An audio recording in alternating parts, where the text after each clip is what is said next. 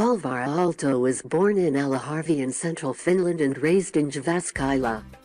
Following the completion of his architectural studies at the Helsinki University of Technology, he founded his own practice in 1923, based in Jyväskylä, and naming it Alvar Aalto, Architect and Monumental Artist. Although many of his early projects are characteristic examples of Nordic Classicism, the output of his practice would, following his marriage to fellow architect Aino Marsio-Aalto, née Marsio, take on a modernist aesthetic.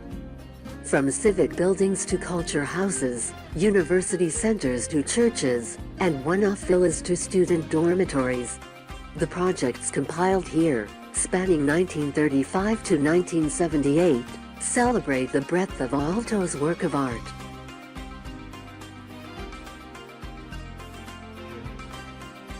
First project, the Jyväskylä University building. Alvar Aalto won the contract to design a university campus worthy of the city's cultural heritage in 1951. Built around the pre-existing facilities of Finland's Athenaeum, the new university would be designed with great care to respect both its natural and institutional surroundings. Aalto's entry, entitled Urbs, laid out the campus buildings in a large U-shape, the center of which contains the sports field and a number of tree-lined circulation paths. This inner sanctum of the university was closed off to vehicular traffic, reserving the space for pedestrians. Each new building was equipped with two entrances, serving as conduits from the city to the more discreet court. Although Aalto chose to shelter the inner campus, he took care to ensure that the university would still interact with Jyväskylä in a meaningful way. The inclusion of a meeting and concert hall also allowed for the provision of public utility beyond education, integrating the university into the urban fabric not only as an academic facility, but as a public and intellectual center. This public gathering space, known as the Festival Hall, forms one of three distinct sections of the main building, which Aalto considered to be the most important design task of the entire project. Along with the festival hall, the building also contained an administrative wing and a central thoroughfare that links each section and provides access from the entrance square to the court of the inner campus. The entrance to the festival hall sits at the center of the building, its fan floor plan echoing the shape of the lecture halls into which it leads.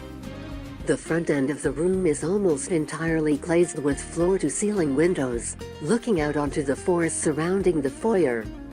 The light that streams in through these windows is reflected and diffused by the gleaming marble floor and white wooden slats of the ceiling, creating a light and airy atmosphere throughout the space. 3 staircases lead up from the foyer to the lecture halls. A rhythmic series of vertical mahogany bars line the sides of each stairway, echoing the trees visible just outside the entrance hall's vast windows. The main stairwell, opposite the front doors, leads directly to the center of the festival hall.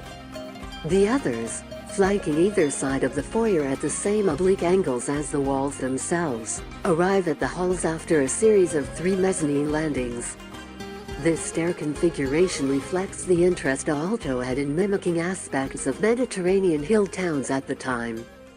The lecture hall stairwells allude to the stairs between the walls of surrounding buildings in such towns.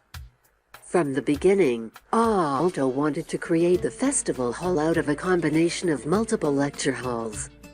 It was a poetic gesture to use spaces that were, according to his project proposal, the focus of everyday academic work, to create something less mundane when the time arose. The hall is lit by clerestory windows at its rear end, and the light diffuses along the white clamshell ceiling, which is composed of bent plywood panels and linear concrete beams. The walls, meanwhile, are built of Aalto's trademark red brick, providing a visual contrast to the lighter touch above. The festival hall portion of the main building, with its series of fan shapes, stands in direct contrast to the administrative wing of the building, which takes a rectilinear form. Visual emphasis is therefore placed largely on the festival hall. With its more imaginative layout and roof line, it takes definite visual precedence over the comparatively banal administrative wing. The campus as a whole is seemingly created to give the impression of a community built incrementally over time. The same interest in Italian hill towns that informed the festival hall staircases influenced the overall aesthetic of the university's new buildings. Shed roofs and brick walls rose across the entire campus, with each one recessing to form partially opened courtyards. Aalto was not only influenced by Italian towns, but by ancient Greece, as well. The ideal Greek city was to embody several fine harmonies: mind and body, knowledge and athleticism, logic and nature, amongst others. Placing a sporting venue at the center of the instruction spaces implied a balance between the two, echoing traditional urban Greek ideals. Jyväskylä, the Athens of Finland, would seem to have achieved its goal of constructing an academy worthy of its illustrious academic history. The second project, House of Culture, by Alvar Aalto.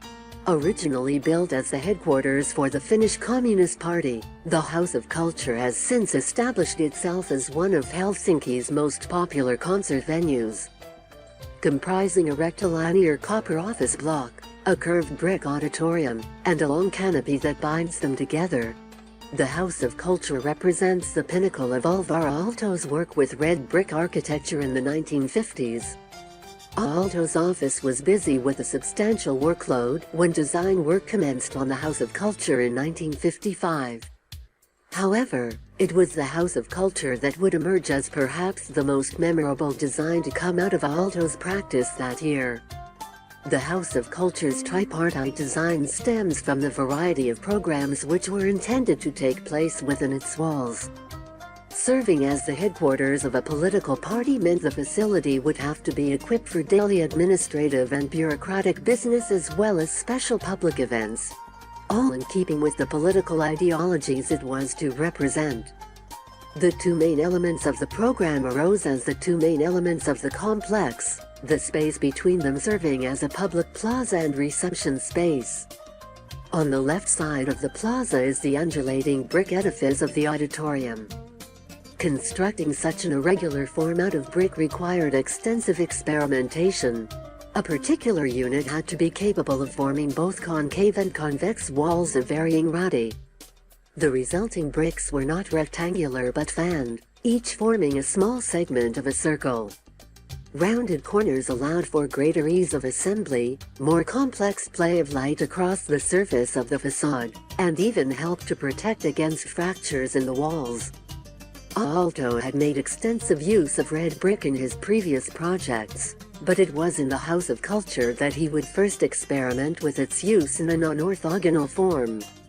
Visitors enter the auditorium wing by way of a vast, sweeping lobby which follows the curve of the seating in the auditorium itself. 3 flights of stairs lead up and out of the lobby, their bronze handrails gleaming under the curving banks of lights above. Though primarily intended as a dramatic entryway to the auditorium, the lobby is not solely relegated to this purpose. Indeed, the presence of a bandstand allows for it to additionally serve as a social hall in itself. The red tiles of the floor emulate those of an exterior plaza, further strengthening the sense that the lobby is as much a potential destination as the auditorium it serves.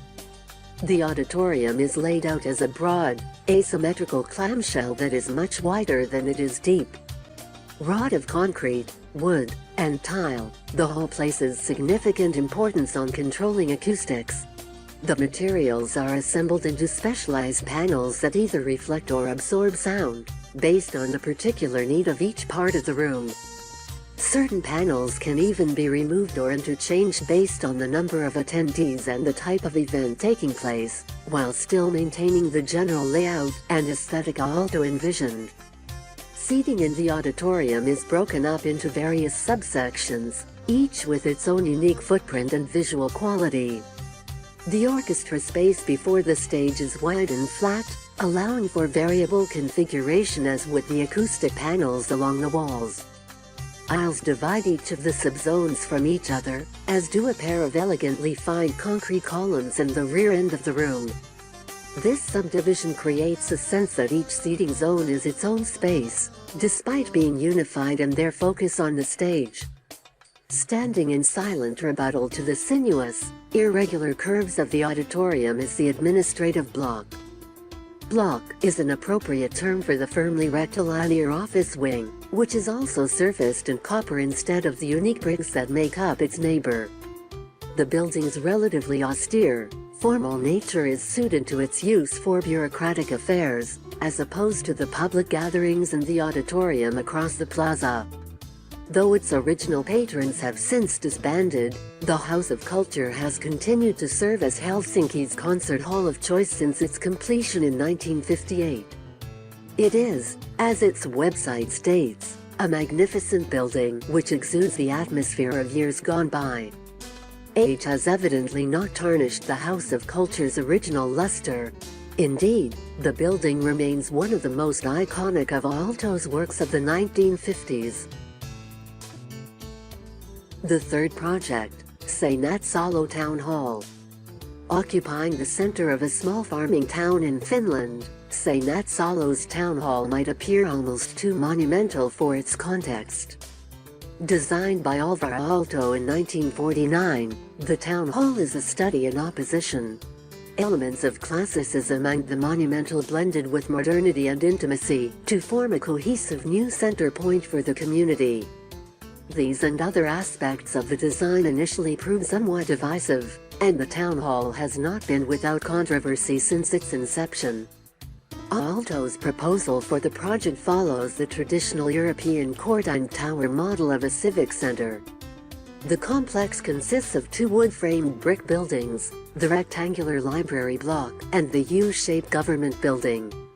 These two buildings act as a retaining wall that allowed Aalto to fill the central courtyard with earth excavated from the slope of the site. Thus, the courtyard is lifted one story above the surrounding landscape. This difference in elevations creates two contrasting experiences of the building, depending on whether one is inside the courtyard or observing from outside. Inside the courtyard, the facades of the surrounding library and office spaces are only one story tall. However, outside observers instead see an imposing two-story facade, much of which is monolithic, unornamented brick. The two staircases leading up to the courtyard from ground level are likewise divergent in style. The eastern staircase is formal and rectilinear, with two flights carved from impeccably hewn granite. The western staircase has a more regular footprint, and is made not of stone or brick but of terracotta held back by wooden planks. The courtyard itself is only partially paved, continuing the juxtaposition of brick and grass begun by the two staircases. The entrances to the civic offices and the public library open onto the courtyard, allowing it to serve not only as an open circulatory space, but also as a public plaza for the benefit of the entire town. The sense of public accessibility is heightened by the extensive glazing of the entrance lobby and corridor lining two sides of the courtyard. The permeability of these spaces makes for a stark contrast with the most prominent feature of the town hall, the council chamber. Directly across from the glazed corridor, branching off the equally bright and airy entrance hall, is a darker, more narrow stairwell lined with brick. This staircase, which leads to the council chamber, turns back on itself at a landing halfway up, shielding the chamber from view of the lobby. The stairwell is also hidden from exterior view thanks to its east-facing clerestory windows. Entry into the council chamber brings one into space of a much grander scale than that of the stairway leading to it. The room is roughly cubic, with the distance from floor to ceiling nearly matching the length of the walls. The ceiling, whose slope matches that of the roof, is visibly supported by wooden struts fanning out from two central beams. These struts support the roof entirely, negating the need for heavy built-in framing that would obstruct ventilation between the interior and exterior surfaces of the roof. The council chamber is naturally lit by a densely louvered west-facing window, with hanging lamps illuminating both the desks below and the wooden trusses above them. Seinäjoki Town Hall underwent significant restoration work, which began in 1995. Seinäjoki municipality had become a part of the city of Jyväskylä in 1993, with its town hall becoming a legally protected landmark the following year. The restoration preserved the building in its original form and materials as much as possible. Only damaged components were replaced, with pieces simply weathered by time left as they were. The work was completed in time for Alvar Aalto's 100th birthday in 1998, preserving his civic center for generations of the future to visit and admire. The fourth project, Stephanskirche. Stephanskirche, translated to the Evangelical Lutheran Church of St. Stephen, was designed by Alvar Aalto and completed in 1968. It is located in Wolfsburg, Germany, the same town that Aalto's Wolfsburg Cultural Center was built.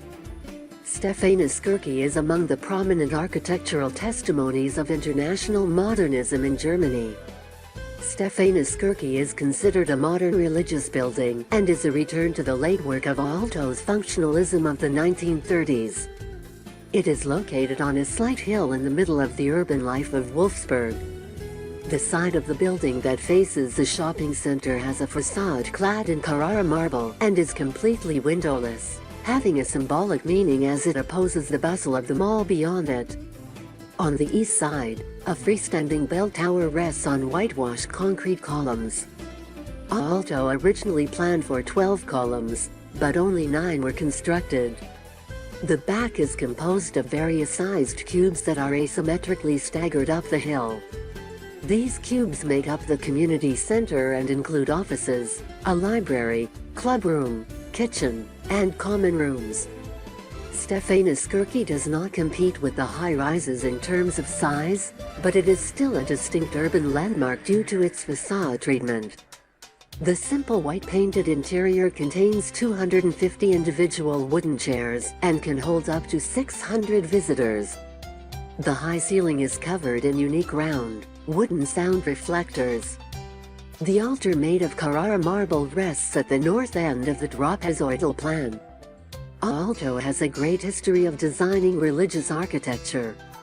He has designed 37 religious structures, 22 churches, 4 designs for cemeteries and chapels, and even a mosque.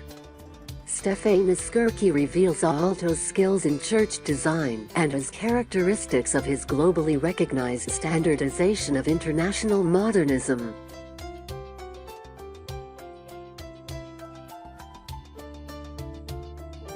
Project, Stephanskirche.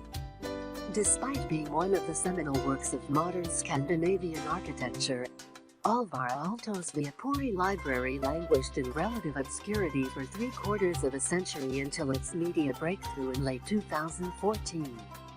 Its receipt of the World Monuments Fund No Modernism Prize for a recent renovation was covered by news outlets around the world, bringing the 1935 building previously unseen levels of attention and scrutiny. When Aalto won the competition to design Pori's city library in 1927, it was among the first in a series of seminal modernist projects he undertook throughout his native country of Finland. The library's massing consists of 2 simple rectangular blocks that are offset horizontally from one another, but the internal spatial organization is deceptively more complex. What is often described as 3 floors in plan is actually 6 or 7 in section, resulting in a variegated array of volumetric conditions and a complex field of transitional spaces. The programmatic arrangement bears some resemblance to the simpler massing, with administrative and ceremonial spaces in the main entrance block and the bulk of the reading spaces and bookshelves in the larger rear block. The intricacy of the plans, however, reveals this diagram not to be so straightforward in practice. The circulation of this complex interior arrangement captures the essence of Aalto's design. Analogizing to a rugged mountain topography defined primarily by changes in elevation, He strove to create a stepped interweaving of the section and ground plan, and a kind of unity of horizontal and vertical construction, unlike the flat hallways often typified by functionalist projects. Movement corridors through the building deviate upward as they progress inward, culminating at a central administrative desk at the path's symbolic summit. In a modified display of modernist axioms, Aalto capitalizes on the resulting transitional areas by giving them programmatic value, expanding landings into reading platforms, and bridging interfloor gaps with bookshelves. The result is a seamless, continuous journey that meanders through the entirety of the building with stream-like fluidity. Despite its experientialist inspirations, the composition of the building is determined by a rigorously logical process. Dialogue between different elements of the building is geometrically driven by scalar grids, proportional relationships, and rotations. The administrative desk, the programmatic heart of the building, is also its geometric center, generating a radial pulse that aligns bookshelves and stairwells with a single point. A powerful circular motif in an otherwise orthogonal system. Grid overlaps result in the creation of interstitial spaces, such as the corridor behind the lecture hall. In a language so process-driven as to be strangely prescient of deconstructive methodologies that would not appear for another 40 years. Ever sensitive to the environment and traditions of his country, Aalto enriched the formal purities of the Pori's modern design with a material palette more typical of Finnish architecture. The white stucco, concrete, and glass of the facade finds delightful contrast with the warm wood finishes of the interiors, including a spectacular rolling wooden ceiling in the lecture hall. Aalto's concern over natural lighting, a timeless hallmark of Scandinavian design, alludes to distinctly local construction methods. These impulses away from mainstream modernism allow the library to fall into an early category of regional modernism that stylistically integrates local tradition with the progressive sensibilities of l'esprit nouveau of mainland Europe. Even if it was luck alone that shielded the Pori Library through its tumultuous adolescence, it was the richness of its design and its priceless value to modern architecture that allowed it to survive the decades that ensued. And while the Pori's story is one of the enduring power of great architecture, it also one of architecture's inextricable interconnectedness and occasional subservience to politics. It is proof that buildings cannot exist in a realm above the cities and nations in which they are located, and like the world around them, can fall prey to the ruminations of international politics and the perils of war.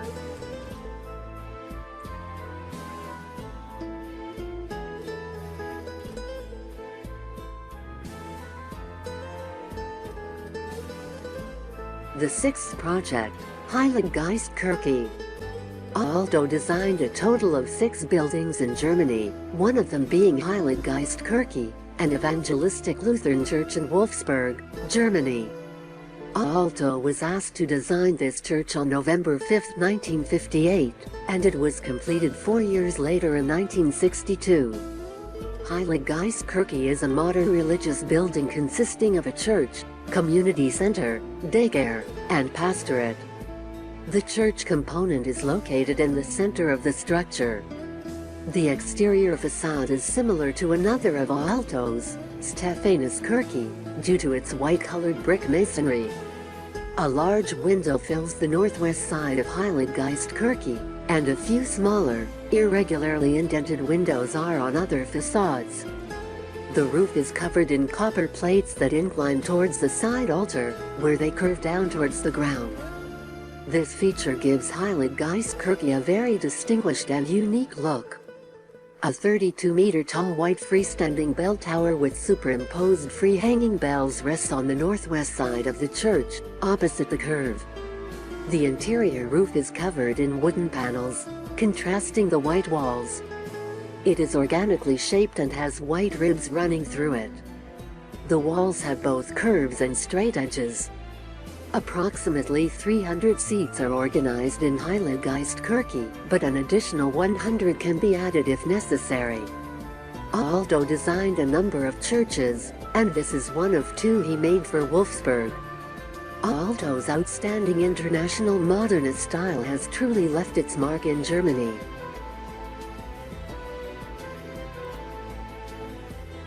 The seventh project, Murat Salo Experimental House.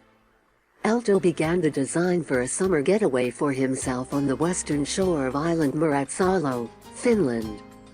Through the process of designing the house, it became an experimental study of materiality, architecture, construction, and philosophies. The most basic understanding of the house is its courtyard scheme, which focuses inwards on the space, while also directing careful views of the nearby Lake Pigeon. The walls of this courtyard reflect the very nature of the experimental home, as there are more than 50 different types of bricks which are arranged in various patterns. This allowed Aalto to test the aesthetics of different arrangements, while also monitoring how they reacted in the rough climate. Testing concepts like foundation systems, free-form brick construction, and passive solar heating, Aalto was comfortable exploring materiality because he only used the residence part-time. The interior of the house holds a raised loft area which was to function as a painting studio. This is supported by large wooden beams which hold the space in tension. Like all of Aalto's architecture, the surrounding landscape measuring 53,650 square meters plays a critical role in the experience of the architecture. Boulders and stones which are covered with moss, bilberry and lingonberry bushes add a beautiful contrast to the brick and white colors of the house. A fire pit digs into the center of the courtyard, becoming a central gathering space. A feeling of ancient ruins is prevalent with the whitewashed brick walls that rise from the landscape on the hill. Adding to this ancient feel, vines wrap and stretch across the surfaces of the dwelling which reveals its age. Besides the residence, the grounds of the experimental house also contain a sauna as well as Aalto's boat and its enclosure. The boat, named Nemo Profeta and Patria, was designed by Aalto in 1954.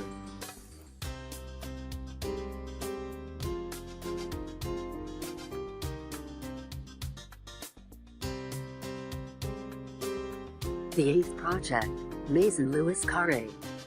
In the commune of Bazouges-sur-Guyans, about 40 kilometers southwest of Paris, sits one of the most important private houses designed by Alvar Aalto, Maison Louis Carre. The client, Louis Carre, was a prominent French art dealer who was also very interested in architecture. He desired a house that would be able to accommodate many guests for art viewings, but also incorporated a private component. He commissioned Aalto to design his house in 1956, and Louis Carre and his wife, Olga, were able to move into their new home 3 years later. Aalto took great care in designing the total experience of Maison Louis Carre. In order to reach the house from first entering the site, one must walk up the sloping path to the top of the hill. This long path, as well as its distance away from Paris, gives the house a private, sanctuary-like feeling. Aalto specifically placed the house at the top of the site, providing ideal views to the south. The main exterior feature is the gradual sloping of the roof, which almost appears as an extension of the hill below. The materials used in Maison Louis Carre were purposefully chosen. The exterior is a clean-cut, white-rendered brick. The stone is local sandstone, the same stone used for Chartres Cathedral 20 kilometers away. Pine wood from Finland is used on the interior, while vertical wooden louvers are occasionally revealed on the exterior as well and most prominently at the main entrance. Just as in Villa Maria, Maison Louis Carre is a residence that combines both public and private life. Guests enter through the main entrance and are confronted with a large wall used for displaying art, an important feature for Louis Carre.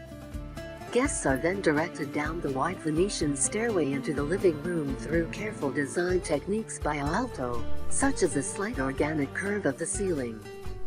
This spacious living room contains large windows that span the entire length of the wall, providing views of the grassy hill and, today, a large woodland. Other public spaces of the house include a small library attached to the living room and a dining room on the opposite end of the entrance hall. Maison Louis Carre experiments with the technique of layering in a number of ways. For example, behind the wall used for displaying art is the hallway that leads to the private areas, including the bedrooms and guest rooms. The housekeeper's rooms are located on the second floor of the house. Aalto designed the home so that one must move through multiple layers in order to reach the most private areas of the house. As in many of his other works, Aalto created a complete work of art with Maison Louis Carre, combining buildings, garden, furniture, and interior design. Much of the furniture and light fixtures in the house were specifically designed just for this building. Aalto included many subtle, yet substantial details as well, both interior and exterior. A swimming pool, a plant room building, and a garage are all located behind the house. The elegance of Maison Louis Carre is undeniable, from its materials to its exquisite detailing. It is Aalto's only remaining building in France and was classified as an important historic building in 1996. It is protected in France by law and is now owned by the Association Alvar Aalto in France.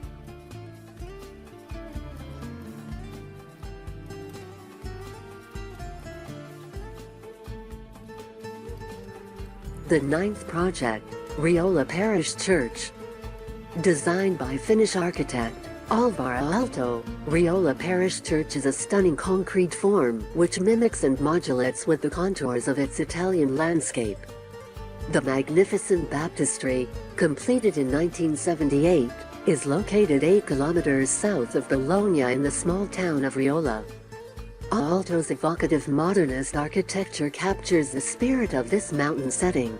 It is a spiritual structure which, inside and out, unassumingly expresses sanctity of faith and place. The interior chapel's play on light is especially divine. The northern light is diffused through vertical, asymmetrical ribs, which create a majestic grid of soft light which projects down onto the worshipper. The presence of light brilliantly transcends the occupier into a holy state. The intensified light around the altar is intended to create a close relationship between the functioning spaces of the altar, choir and organ, and the baptistry. The hexagonal baptistry is occupied by wooden pews that descend in height as they approach the luminous altar.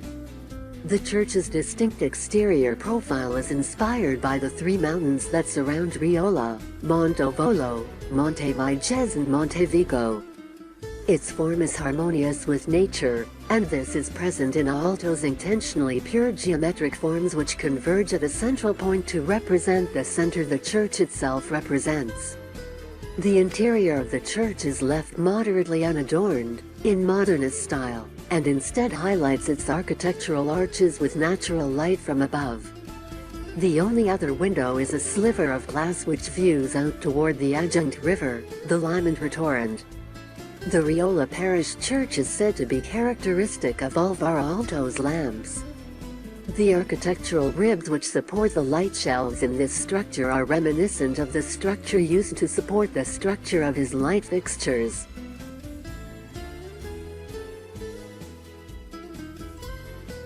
The 10th project, MIT Baker House Dormitory.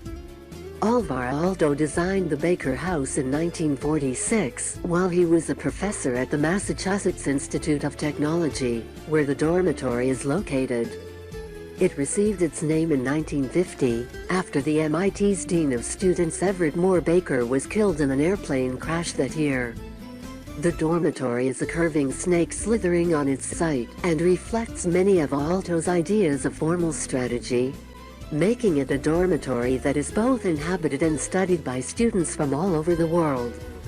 The site runs along the north side of the Charles River, and from the very start Aalto's plans seek to find ways of maximizing the view of the river for every student.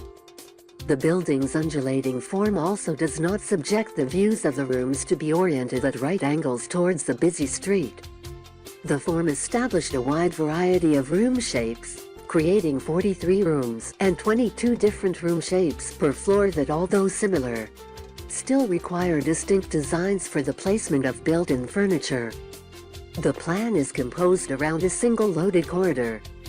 Aalto refused to design north-facing rooms since he wanted most rooms to have a view of the river from the east or west, and thus proposed enlarging the rooms on the western end into large double and triple rooms that receive both northern and western light. Instead of rooms, a stairway system is housed on the north side of the building with an unobstructed view of its surroundings. Built with dark red rustic bricks, the modular pieces come together to create sweeping curves that juxtapose the solid limestone of the attached rectilinear common room. The common room is a calm static space in comparison to the movement of the dormitories. The lower floor is lit with circular lights, and the upper floor has views of the river. Structural columns are covered and plastered on the lower floor, and as they rise up towards the second level, timber cladding allows them to form a relationship with the trees. The Baker House went through 4 major renovations since it was completed in 1948, including a replacement of all the windows, making the building wheelchair accessible, a renovation of the mechanical systems, and a restoration of birch furnishings. Finally, the Aalto Studio. Alvar Aalto designed the building at Tuulimaaki 20 in Mankaniemi, Finland, as his own office in 1955. The building is only a short walk from Aalto's own house, where the office had previously been located. He ran the office until his death in 1976. After that, the office continued under the leadership of Elisa Aalto until 1994. The building came into the custodianship of the Alvar Aalto Foundation in 1984, and today houses the Alvar Aalto Foundation, the Alvar Aalto Academy, and the Alvar Aalto Museum Architectural Heritage.